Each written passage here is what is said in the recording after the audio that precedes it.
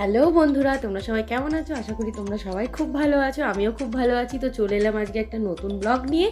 তো আমরা আজকে ঘুরতে বেরিয়েছি বিষ্ণুপুরটাই ঘুরবো। আর তো তোমরা দেখতেই পাচ্ছ, এই যে বাবান আর ওইদিকে বসে আছে আমার বোনপো। আমার দিদিরা এসছে ঘুরতে বিষ্ণুপুরে, কলকাতা থেকে বিষ্ণুপুর ঘুরতে এসছে। তো ওরা ফার্স্ট ঘুরতে গেছিলো পুরুলিয়া, সেখান থেকে আর কি পুরুলিয়া থেকে বাড়িতে ব্যাক করার সময় আমাদের বাড়িতে আসে বিষ্ণুপুরটাকে একটু ঘুরে দেখালাম। তো এরপরে আমাদের এখানে দেখতেই পাচ্ছ চিকেন বারবিকিউ করার জন্য প্রিপারেশন চলছে। ইনি হচ্ছেন দিদির ভাসুর হয়, তো আমাদের দাদা এখানে উনানটা করেছে। তো উনানটা দেখতে পাচ্ছ যে পাথরগুলো, এটা পুরো জঙ্গলটা খুঁজে দাদার ওয়াইফ, তারপর আমার দিদি সবাই মিলে খুঁজে নিয়ে এসছে।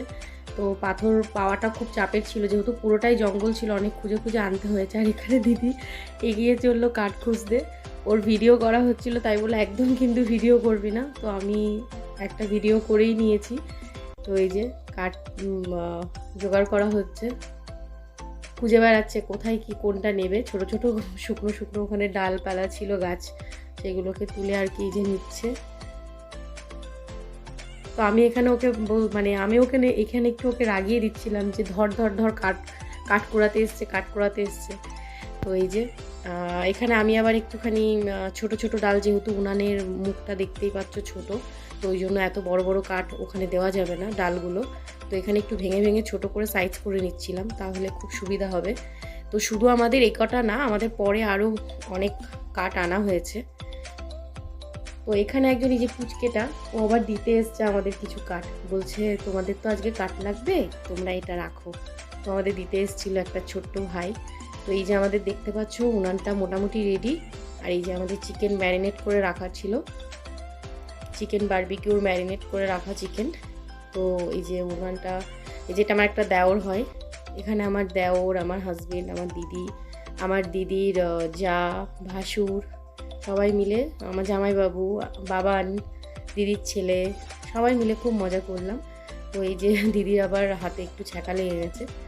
তো এই যে চলছে ফার্স্ট দিকে, এই যে এই কটা হয়েছে, অসাধারণ টেস্ট হয়েছিল। পুরো ম্যারিনেটটা আমার হাজব্যান্ড করেছিল, ভীষণ সুন্দর খেতে হয়েছিল। এই যে তোমরা দেখতেই পাচ্ছ, খুব টেস্টি হয়েছিল খেতে। তো যাই হোক, সবাই মিলে ভীষণ এনজয় করলাম এখানে। এবার এখান থেকে আমরা বেরিয়ে যাচ্ছি, দুপুর হয়ে গেছে, আমরা এবার খাওয়া দাওয়া করব। তো এখন আমরা যাব বনশ্রী রিসর্টে, সেখানে গিয়ে আমরা একটু খাওয়া দাওয়া করবো, দুপুরের লাঞ্চটা করব সেখানে। তো এখান থেকে আমরা বেরিয়ে পড়লাম এবারে। তো এই যে সব গাড়িতে প্যাকিং চলছে, গাড়িতে সব ব্যাগ ওঠানো হচ্ছে। এখানে এক দাদা ভাইয়ের সঙ্গে দেখা হলো, তোমরা চিনতেই পারবে। তো আমরা এখান থেকে এবার বেরিয়ে পড়ছি বাইক নিয়ে। আমরা সবাই বাইকে করেই গেছিলাম। তো আমি এখন এই যে আমি আমার দেওরের বাইকে আছি। তো এই যে বাইক স্টার্ট করা হলো, একদম ফুল পিকআপে সবাই বেরিয়ে পড়লো। তো তোমরা দেখতে থাকো। এখন জঙ্গলের মধ্যে দিয়েই যাচ্ছি আমরা, এখন বনশ্রী রিসোর্টে গিয়ে ওখানে গিয়ে সোজা খাওয়া দাওয়া করবো, কারণ সবার খিদে পেয়ে গেছে। দুপুর অনেকটাই হয়ে গেছিলো, তখন বেলা প্রায় 3টে বাজতে যায়। তো ওই জন্য জঙ্গলের মধ্যে ভেবেছিল দিদিরা দাঁড়িয়ে একটু কিছু ফটো তুলবে, ভিডিও তুলবে, কিন্তু সেই সময়টা আমাদের কাছে ছিল না, যেহেতু বাচ্চারা ছিল, বাচ্চাদের খিদে পেয়ে গেছিলো। তো মোটামুটি আমরা চলে এসেছি বনশ্রীর কাছে। ওই যে সবাইকে দেখতে পাচ্ছ, আমরা সবার প্রথমে ছিলাম।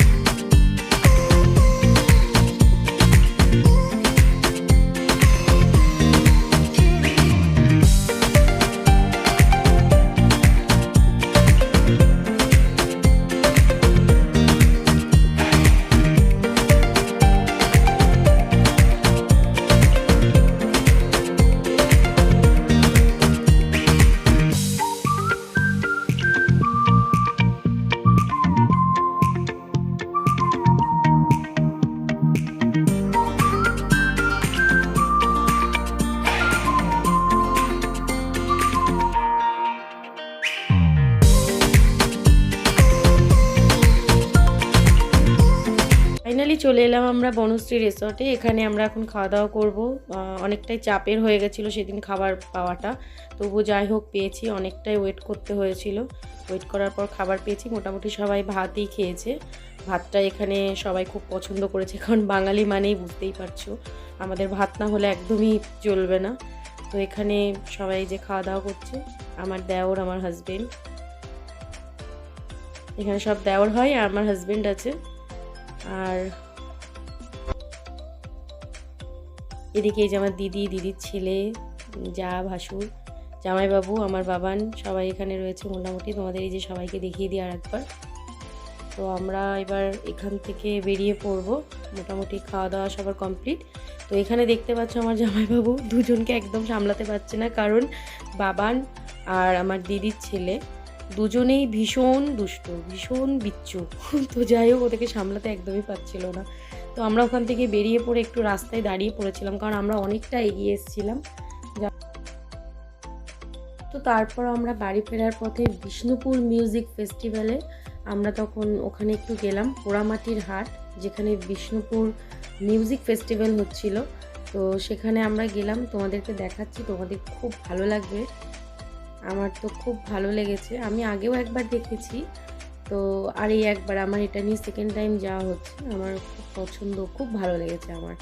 তো এই যে সব নাচ শুরু করে দিয়েছিল, তোমরা জাস্ট দেখো, অসাধারণ, মানে ভীষণ সুন্দর সাজিয়েছিল জায়গাটা, খুব ভালো লেগেছে আমার, ভীষণ পছন্দ হয়েছে। তোমরা যারা আসতে চাও এসে একবার দেখে যেও, বিষ্ণুপুরটা খুব ভালো লাগবে। এই যে সব দেখতে পাচ্ছ মাটির জিনিস, সব কিছুই হাতে করা। তোমরা এখানে আসলে বন্ধুরা তোমাদেরও ভালো লাগবে। আমাদের শহর, আমার শহর বিষ্ণুপুর থেকে তোমরা ঘুরে যেও। তো এই যে দেখতে পাচ্ছ।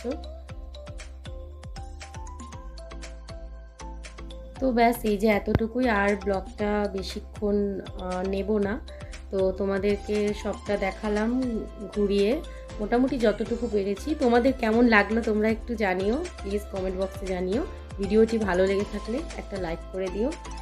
শেষমেশ বাবানের আবদার, বাবান এখন একটু ড্রাইভ করছে। তো যাই হোক, এখান থেকে আমরা বাবানের ড্রাইভ করা হয়ে গেলে আমরা এখান থেকে বেরিয়ে পড়েছি। তো এখানেই শেষ করলাম বন্ধুরা, তোমরা সবাই খুব ভালো থেকো। আসছি আবার নেক্সট ব্লগ নিয়ে, ততক্ষণ টাটা।